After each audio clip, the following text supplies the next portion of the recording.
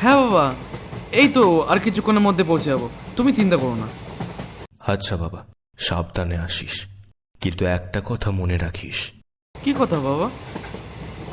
বিলের রাস্তাটা দিয়ে কিন্তু আসবি না। কিন্তু এর কারণ জিজ্ঞেস করার আগেই দেখলাম বাবা ফোনটা কেটে দিল। তবে আমি এই বিষয় নিয়ে বেশি মাথা ঘামালাম না। আমার মাথায় তখন শুধু চলছিল যে আমি কখন বাড়ি পৌঁছাবো আর মায়ের হাতে তৈরি সুস্বাদু খাবার খেতে পাবো।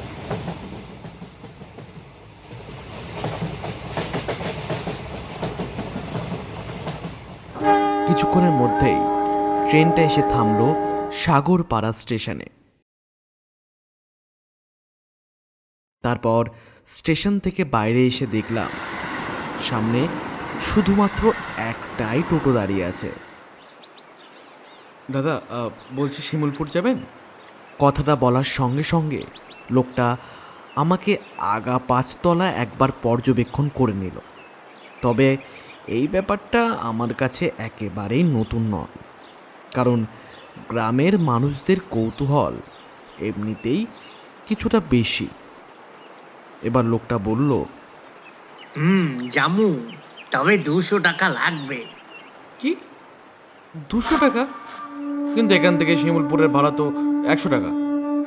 দেখুন দাদা, অত কথা জানি না, 200 টাকাই লাগবে।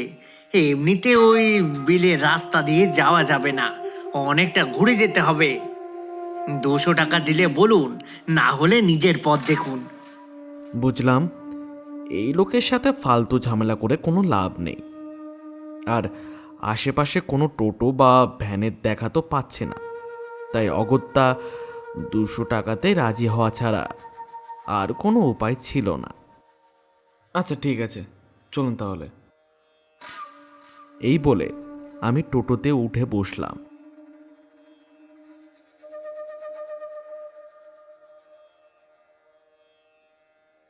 আচ্ছা দাদা, এই বিলের কি ব্যাপার বলুন তো?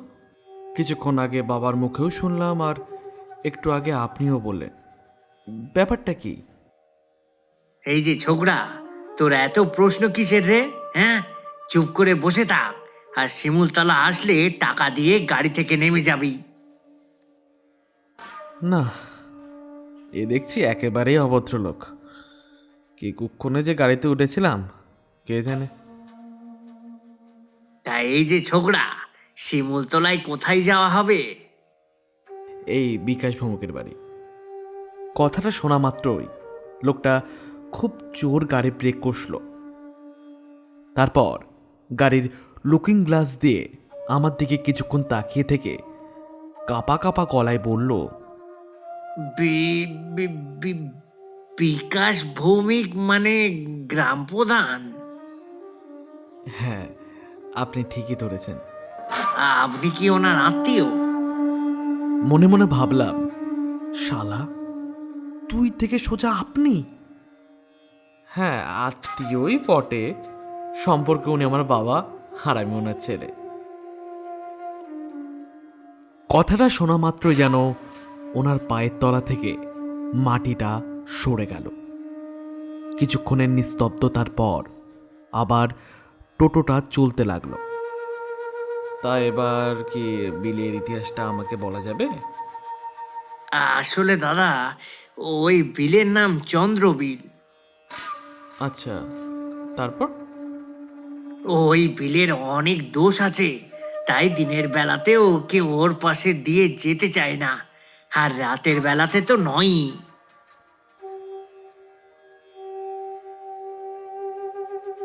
নিন দাদা, এসে গেছি। টোটো থেকে নামার সঙ্গে সঙ্গে দেখলাম লোকটা টোটো নিয়ে দ্রুত বেরিয়ে গেল। আমি ডাকলাম, ও দাদা, টাকাটা তো নিয়ে যান। কিন্তু কে কার কথা শোনে? ধনুক থেকে যেমন তীর বেরিয়ে যায়, তেমনি আমি গাড়ি থেকে নামার সাথে সাথে লোকটা টোটো নিয়ে হাওয়া হয়ে গেল। গ্রাম প্রধানের নামে জোর দেখে আমি মনে মনে একটু হেসে নিলাম।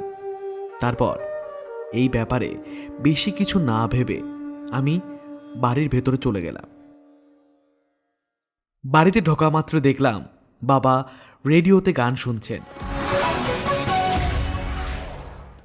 বাবা আমাকে দেখে মহা খুশি হয়ে গেলেন। আরে বাবা, রাস্তায় আসতে কোনো অসুবিধা হয়নি তো? না, সেরকম কোনো অসুবিধা হয়নি। আচ্ছা নে, এবার হাত মুখ ধুয়ে খেতে বসে যা।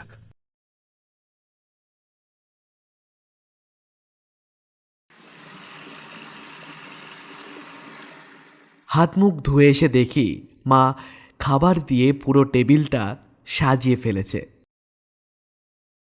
তাই আর দেরি না করে আমি খেতে বসে গেলাম। এবার খাওয়া শেষ করে বাবার সাথে গল্প করতে শুরু করলাম। বিভিন্ন কথা বলতে বলতে হঠাৎ বাবাকে ওই বিলের কথা জিজ্ঞেস করলাম। আচ্ছা বাবা, ওই চন্দ্র বিলের ব্যাপারটা কি বলো তো? আমি শুনলাম ওই বিল থেকে নাকি প্রতি রাতে কান্নার আওয়াজ শোনা যায়। কিছুক্ষণ চুপ করে থাকার পর বাবা বললেন, হ্যাঁ বাবা, তুই ঠিকই শুনেছিস, আর সেই কারণেই তোকে বিলের রাস্তা দিয়ে আসতে বারণ করেছিলাম। কিন্তু এর আগে তো এরকম কিছু শুনিনি। আচ্ছা বাবা, তুমি কি সেই কান্নার আওয়াজ শুনেছ? হ্যাঁ রে বাবা, আমিও শুনেছি। এবার আমি একটু হেসে বললাম, তাহলে তোমাদের সবার ধারণা এই সব কিছুর পিছনে কোনো অশরীরের হাত আছে, তাই তো? তবে এই কথাটা বলার পর বাবা আমার উপর বেশ কিছুটা রেগে গেলেন।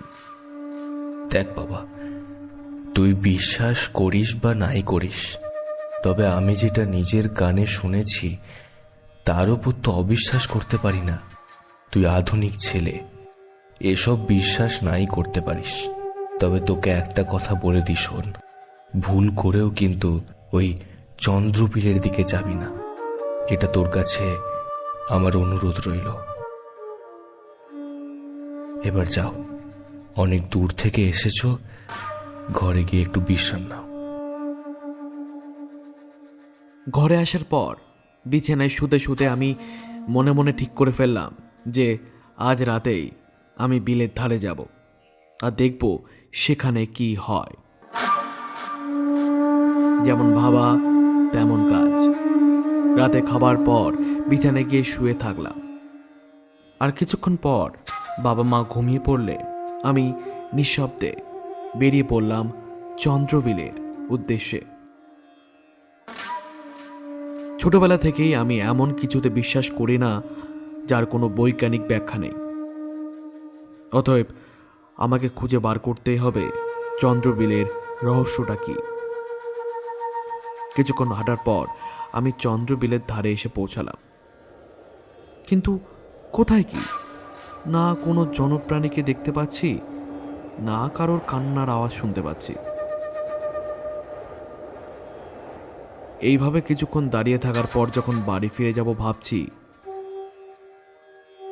ঠিক এমন সময় আমার ষষ্ঠ ইন্দ্রিয় আমাকে জানান দিল যে আমার ঠিক পিছনে কেউ এসে উপস্থিত হয়েছে। আমি চমকে পিছনে তাকাতে দেখি আমার থেকে কিছুটা দূরে একজন মহিলা দাঁড়িয়ে আমাকেই দেখছে।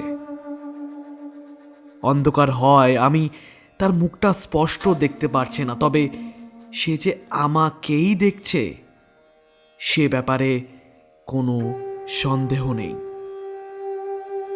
হঠাৎ আমি অনুভব করলাম আমার মনের মধ্যে ধীরে ধীরে ভয়ের সঞ্চার হচ্ছে। তবে সেদিকে মন না দিয়ে কিছুটা সাহস জোগাড় করে আমি বলে উঠলাম, কে কে ওখানে?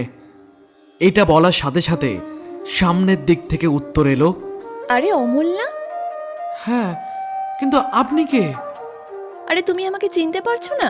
আমি বৃষ্টি। এবার মনে কিছুটা সাহস ফিরে পাওয়ায় আমি সামনের দিকে কিছুটা এগিয়ে গিয়ে দেখলাম সামনে বৃষ্টি দাঁড়িয়ে আছে। বৃষ্টি আমার ছোটবেলার বন্ধু। আমরা স্কুলে একসাথে পড়তাম, কিন্তু স্কুল শেষ করার পর আমি শহরে চলে যাওয়ায় বৃষ্টির সাথে আর কোনো যোগাযোগ হয়নি। তবে এতদিন পর ওর সাথে এইভাবে দেখা হবে সেটা আমি কখনোই ভাবিনি। আরে বৃষ্টি, কেমন আছো তুমি? আর এত রাতে এই বিলের ধারে কি করছো? তার আগে বলো তুমি এখানে কি করছো? আমি তো এসেছিলাম এই বিলের রহস্য উদ্ঘাটন করতে। প্রতি রাতে নাকি এই বিল থেকে কান্নার আওয়াজ আসে। হ্যাঁ, তুমি ঠিকই বলেছো। তুমিও কি শুনেছো সেই আওয়াজ? শুধু আমি কেন, গ্রামের সকলেই সেই আওয়াজ শুনেছে। তবে শুধু আমিই একমাত্র যে এই আওয়াজের উৎস কোথা থেকে তা জানি। আমি অবাক হয়ে বৃষ্টিকে জিজ্ঞাসা করলাম, কি বলছো তুমি? এই আওয়াজ কোথা থেকে আসে তুমি তা জানো? হ্যাঁ, আমি ঠিকই বলছি। তাহলে কি এটা সত্যি কোনো অলৌকিক ব্যাপার?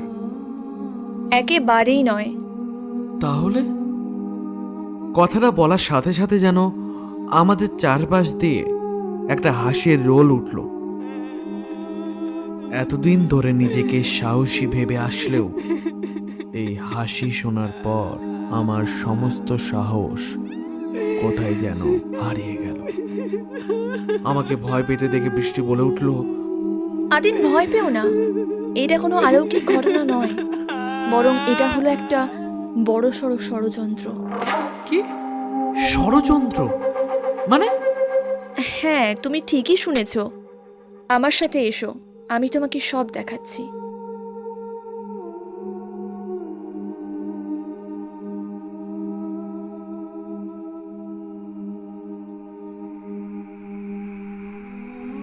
কিছুক্ষণ হাঁটার পর আমরা বিলের ধারে একটা প্রায় ভগ্নপ্রাপ্ত বাড়ির সামনে এসে হাজির হলাম।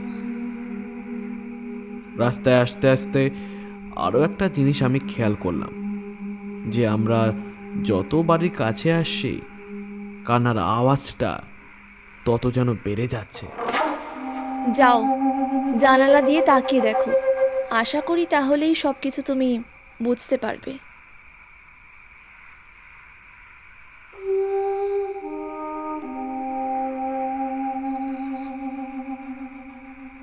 কিরে, আজ কান্নার আওয়াজটা দিতে এত দেরি করলি কেন?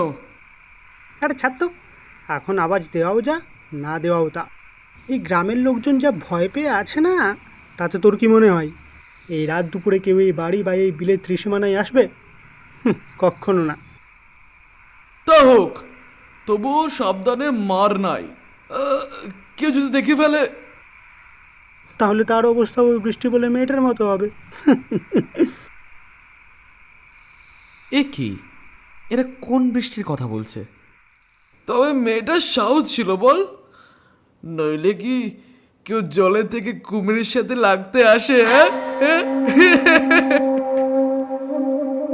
এ কি, এরা কারা? আর এরা কোন বৃষ্টির কথা বলছে? আমি তো কিছু বুঝতে পারছি না। তুমি তুমি দয়া করে আমাকে সব খুলে বলো। শোনো তবে, ঘরের ভেতরে যে দুজনকে দেখলে, তারা মাদকদ্রব্য ও বেআইনি অস্ত্রের কারবার করে। সেই কারণেই যাতে এখানে কেউ না আসে, তাই তারা যন্ত্রের মাধ্যমে এই অমানসিক আওয়াজ তৈরি করেছে। আর প্রতি রাতে তারা এই আওয়াজ ছড়িয়ে দেয় মাইকের মাধ্যমে। আর যেহেতু এই বাড়ির একেবারে পাশেই রয়েছে চন্দ্রবিল, তাই মানুষজন ভাবে এই কান্নার আওয়াজ এই বিলের থেকেই আসছে। তবে এরাই শুধু নয়, আরও একজন আছেন যিনি প্রত্যক্ষভাবে এই সমস্ত কর্মকাণ্ডের সাথে যুক্ত। কে সে? কি হলো বলো আমাকে। তিনি আর কেউ নন, তোমার বাবা বিকাশ ভৌমিক। কথাটা শোনা মাত্র যেন আমার আশেপাশের চারিদিক অন্ধকার হয়ে আসলো। না, এ হতে পারে না। তুমি তুমি নিশ্চয় মিথ্যে কথা বলছো। আমার বাবা এ কাজ কখনো করতে পারেন না। কথাটা বলা মাত্রই বৃষ্টির গলার আওয়াজ আচমকা ভারী হয়ে আসলো। মানুষ মিথ্যে বলতে পারে অমল, তবে আত্মা নয়। আর এবার গলার সাথে সাথে আমি নিজের চোখের সামনে বৃষ্টিকেও বদলে যেতে দেখলাম। সে কি বিভৎস দৃশ্য! আর তারপর আমার সামনে থাকা বৃষ্টির অবয়বটি বলে উঠল, হ্যাঁ অমল, আমি সেই বৃষ্টি যার কথা ওরা দুজন শয়তান বলেছিল। আমি ওদের সব কর্মকাণ্ড বুঝে যাওয়ায় এরা আমাকে খুন করে আমার মৃতদেহ ফেলে দেয় সেই চন্দ্রবিলের জলে। বৃষ্টি, তুমি এসব কি বলছো? হ্যাঁ অমল, আমি ঠিকই বলছি। অমল, তুমি এবার এখান থেকে যাও, আর কাল সকালে আমার বাড়িতে গেলেই তুমি এদের আর তোমার বাবার বিরুদ্ধে সমস্ত প্রমাণ পেয়ে যাবে। আর তুমি? আমার যে কিছু কাজ অবশিষ্ট আছে, আর সেটা শেষ না হওয়া পর্যন্ত যে আমার ছুটি নেই অমল। আমি এবার আসি অমল, তুমি ভালো থেকো। এই বলে বৃষ্টি ধীরে ধীরে হাওয়ায় মিলিয়ে গেল, আর আমি বাড়ির দিকে যেতে শুরু করলাম। আর কিছুক্ষণ পরেই হঠাৎ সেই কান্নার শব্দ থেমে গেল, আর সেই জায়গায় শুরু হলো দুটো পুরুষ কণ্ঠস্বরের অমানসিক চিৎকার। যদিও সেই কণ্ঠস্বর দুটো চিনতে আমার আর অসুবিধা হলো না, তবে আজ যা দেখলাম তাতে একটা কথা আমার কাছে স্পষ্ট হয়ে গেল, যে বিজ্ঞানের যুক্তির বাইরেও কিছু জিনিস আছে যার প্রমাণ এখন আমাদের কাছে নেই। তবে হয়তো সামনে কিছু বছরের মধ্যে সেটারও প্রমাণ আমরা পেয়ে যাব।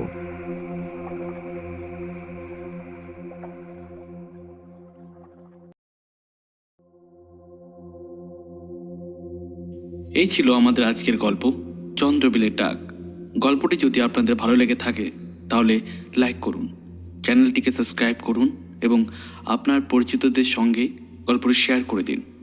আর আমাদের কমেন্ট করে জানাতে ভুলবেন না যে গল্পটি আপনাদের কেমন লাগলো।